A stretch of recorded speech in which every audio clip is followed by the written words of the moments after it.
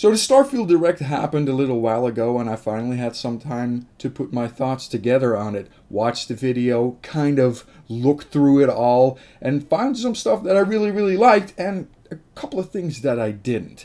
So let's get right into it. Now, one of the first things that I noticed when they started showing StarField was the Arc of St. Louis, the gateway to the West, and how that was pretty much the only thing left standing, and the rest was all barren wasteland. So that makes you think, what happened to the Earth? Runaway greenhouse gases? Or is the sun just a little bit more powerful in that future than it is now, which caused the Earth to dry up? It's very interesting, and I'm really wondering how that all comes together. Combat seems greatly improved over the first gameplay that we were shown last time. It really does look a whole lot more fluid than it did back then. And I just noted that jetpack is going to be one of my favorites.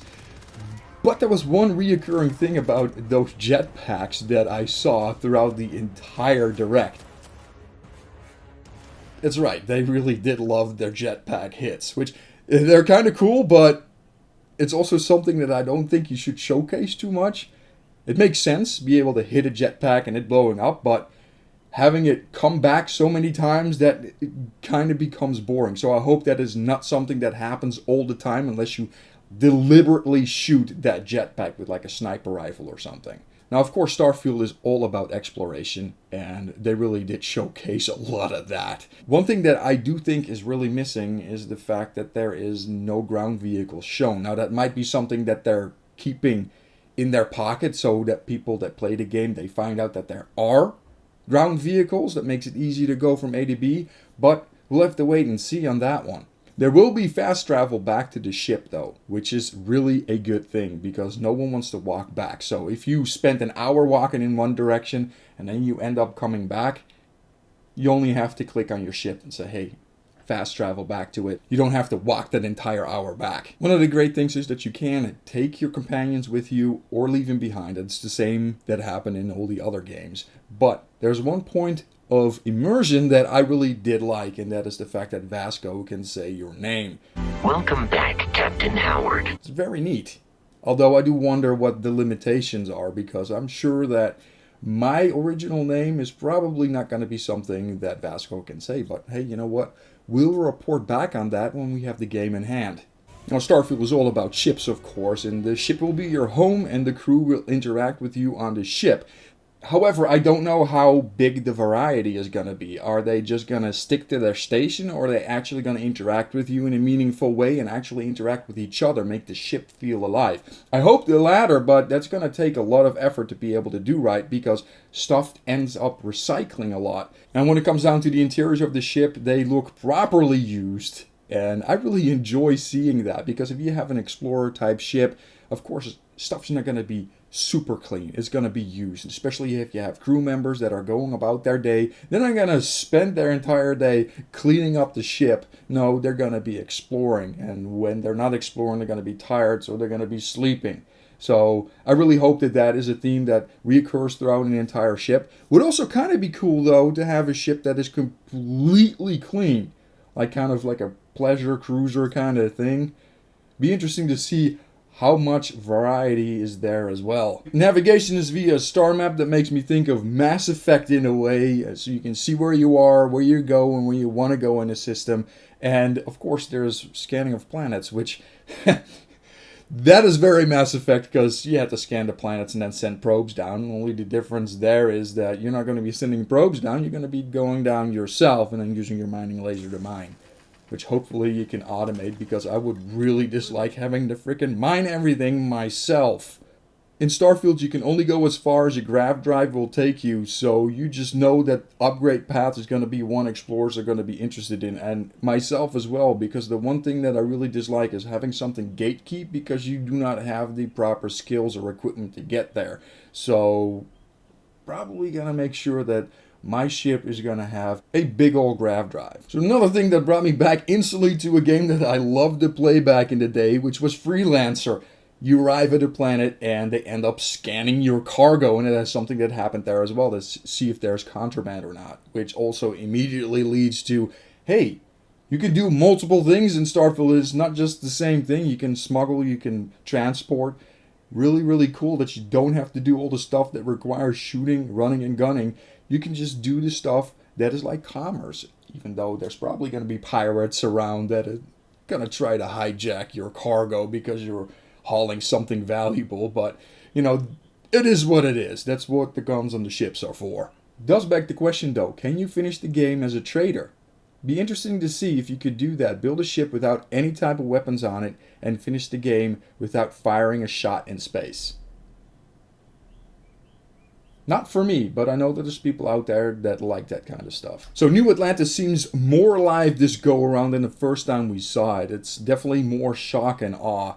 All the buildings are more fleshed out. The people are going about their day and they're having conversations. All things that just makes it feel more alive, which is very important in games because it increases immersion greatly. And the same goes for Killer City in Freestar Collective Space, where there's a bunch more going on in the background. I still love the nod to Mass Effect here too. It is probably also the place where I'll be spending most of my time because it is outside of the fringes. I don't really like the big government stuff. I'd rather be part of the smaller group that is further away that kind of can do their own thing. And of course, the whole bounty hunting thing does seem to be something in effect. You get the Firefly vibes for sure. And I'm willing that allegiance to Freestar Collective is going to mean that I'm going to be in Neon City a lot, capturing criminals, because that's where they all end up going, apparently. And luckily, Neon looks a lot more alive as well, and is a lot more fleshed out. I'm really looking forward to visiting all these places here now, because it is just amazing looking. Just you get to love the classic part of the character creator introduction, whereas, hey man, are you okay? Here's a data pad. Any of this look familiar? And then of course you're going to look and you're going to fix your character. Now this is also the first part where I'm like, okay, not really too happy about the graphics here. And it's a Bethesda game, so there's always going to be something that you're not going to like when it comes down to graphics. And it's the facial hair.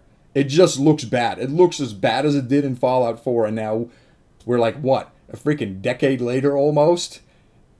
I mean, guys, come on. You got to be able to do something better there. Because facial hair shouldn't be that much of an issue when it comes down to graphics. You should be able to kind of make it look a little bit more lifelike instead of this patchy mess that it is on this character. I do have to say that the skin tone and the shapes have been greatly improved, and the body type is also very cool.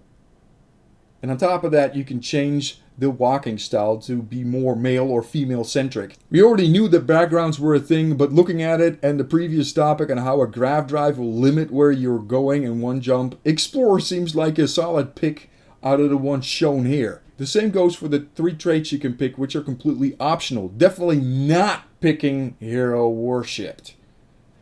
Because I saw that guy walking up to me and I'm like, dude, I'm already looking at you and I already want to accidentally unalive you. I can't believe I get to stand near you, breathing the same air. I've got to have every molecule. And it's a funny thing that they were thinking the very same thing, because they put this in the trailer. What a view! It's a feast for the eyes. Off we go to another adventure.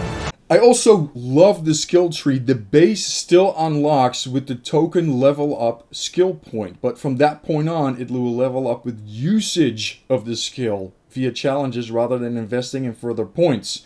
It's gonna make you think twice before you throw away your points, because if you throw it away in a skill that you don't use, it's useless and you just messed up a skill point, which is great. Because in other games, I've just gone, okay, click, okay, fine, I'll move on. But now it's going to make me think twice. Because if I pick the wrong one, skill points wasted. And you don't want to do that. I think I'm definitely going to go boost pack. I like being able to take great leaps. And while I dislike Mass Effect Andromeda, the boost pack mechanic in that game put it leagues ahead in terms of fighting to the original trilogy of Mass Effect. And I know I'll be investing very heavily in that skill. It is also good to see that they didn't give up on the humor in the fighting at times either. So Starfield is all about exploration, but exploration is also part of the reason why I leave games unfinished. So while there's a ton of it to do in Starfield, and there's a ton of planets that look absolutely amazing, the flora and fauna as well, I will probably kind of stick to the main storyline, at least in the beginning, so to make sure that I finish the game before I start to do a bunch of extra stuff. The shipbuilding was already something awesome when first announced. Buy a ship, customize it, fill it with crew, a true home. But what you do on the outside also affects the inside. Imagine a massive cargo bay, nice living quarters, and a bulking armory. But you aren't stuck with a single ship either. You can have multiple ships for multiple different missions. Something light for quick work and heavy for the token smuggling operation. I do wonder, can you make a ship that is truly an all-rounder, doesn't excel everywhere, but it can do everything? Only time will tell. But I'm definitely going to be sticking to more contemporary styling instead of, well, this thing. And I love how the game makes companions almost a must, with stats that complement your own. And in a very Mass Effect way, you can also fall in love with them. I really hope that romance is something that came as organic as it did in Mass Effect. Is it a must? It isn't. But if you put it in there, it at least has to be in there properly. I hope it's kind of like a slow burn and you can kind of get feelings for that other character. Because when I play, I'm in that world. And when I'm interacting with the characters there, I want to fall in love with them. I don't want to just click the right answers in order to, make it happen. And we already talked about how companions can fill your ship. The same with other people that you find on your missions.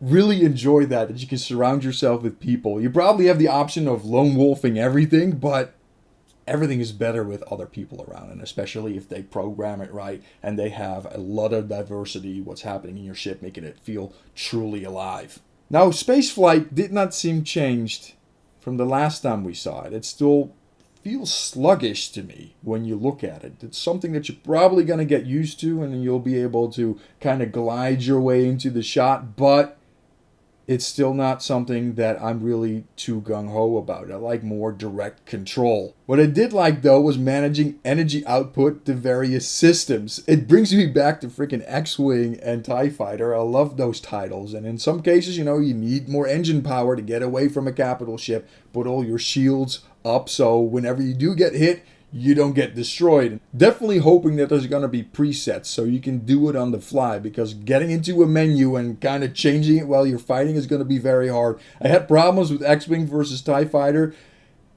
This seems more complex here, so I really hope that you can just go into a menu and select these presets, and then when you're flying, you can just hit one button and go full shields, another button to go full weapons, and another button to go full engines, or a combination thereof. Now, boarding and stealing vessels is another thing that I loved seeing. Definitely going to need that subsystem targeting perk to enable that, though. You can shoot the engines, get on board, take out the crew, fix the ship, make some money, or keep it and use it when you need it. It is very cool indeed. And the most exciting part of this is the capital ships. The one thing that I want is a massive battle with capital ships slugging it out. And I kind of show just a little snippet, which made me very excited for it. Merchandising! Ah yes, merchandising. Collector Edition looks pretty freaking cool, but by the time I started looking for it, it was already gone like usual. That freaking cool watch, the patch, the case. Really neat. And then of course they had the controller and the headset. Not too sure about the headset, because every single time I try to play with a headset and I don't have it adjusted right, my ears start hurting, so I end up just using the surround set on my PC. But it is still neat because you can buy that for your Xbox, and that's usually in the living room, and if you're playing late at night, you can put that headset on and not bother anyone, which is A-okay. And of course that freaking controller looks cool as heck too. I wonder if they're gonna make a complete Xbox that looks like that, like the special Starfield Edition Xbox, because I don't have one yet, so I might buy one just to have at least that type of merch in my house. We'll wait and see. So there are over 1,000 planets to visit, and the lighting used make the game come alive. Definitely more dynamic than the flat look that I'm used to when it comes down to Bethesda games. Although I did have to say that in some cases it really did have that flat look come back again. But in most of the footage that I saw, it really was kind of shock and awe. It looked absolutely great. Now, habitat building is of course a thing. We've already seen it. One of the things that I really love is the fact that you see it clipping down into the ground. One of the things that frustrated me a lot with Fallout 4 was the fact that my walls were kind of like, you had the ground over here and you had the wall sitting on top and you had these freaking gaps on both sides and you couldn't do anything about it because the wall would refuse to clip into the ground. Didn't have that issue with this, looks like, and it looks like they're modules and they click together. So everything is going to be aligned properly. Really going to enjoy at least building one base that looks completely awesome. And the fact that you can decorate the inside to reflect your personality is something that I'll most likely be spending at least some time on at my main base. And then there's weapon mods. It's always fun to have weapon mods because in every game there's always that token weapon that I like the most, but it doesn't have enough punching power. And with this, you can up those stats. So you can have the weapon that you like most and then add the characteristics that you think are missing. And then we get the melee, which is one of the things I don't like. Games never get that right. You don't sink your blade in your enemy. It kind of scratches the surface. And frankly, it kind of looks pretty freaking dumb. It's probably something that I'll only do if I run out of ammunition. Combat looks very fast-paced now. The variety of gravity and the boost packs is going to make it very cool to play. The only time I'll switch to energy might be because of low gravity, since energy weapons don't push you back like ballistic weapons will, which is really cool that they incorporated that there's truly a difference between energy weapons and ballistic weapons. I wonder how the mag weapons will fall into this. I do hope better than the animation that they didn't fix here. All the weapons really do look great with one notable exception, and it is this freaking weird minigun. I just don't like the look. And it just doesn't look realistic. It doesn't have that NASA punk vibe to it. It's also nice that the versatile AK-47 made it in. I do hope for plenty more classic Earth weapons. It would be cool if you can kit out your entire character with Earth weapons from the Earth that was. And now for something that I didn't like very much.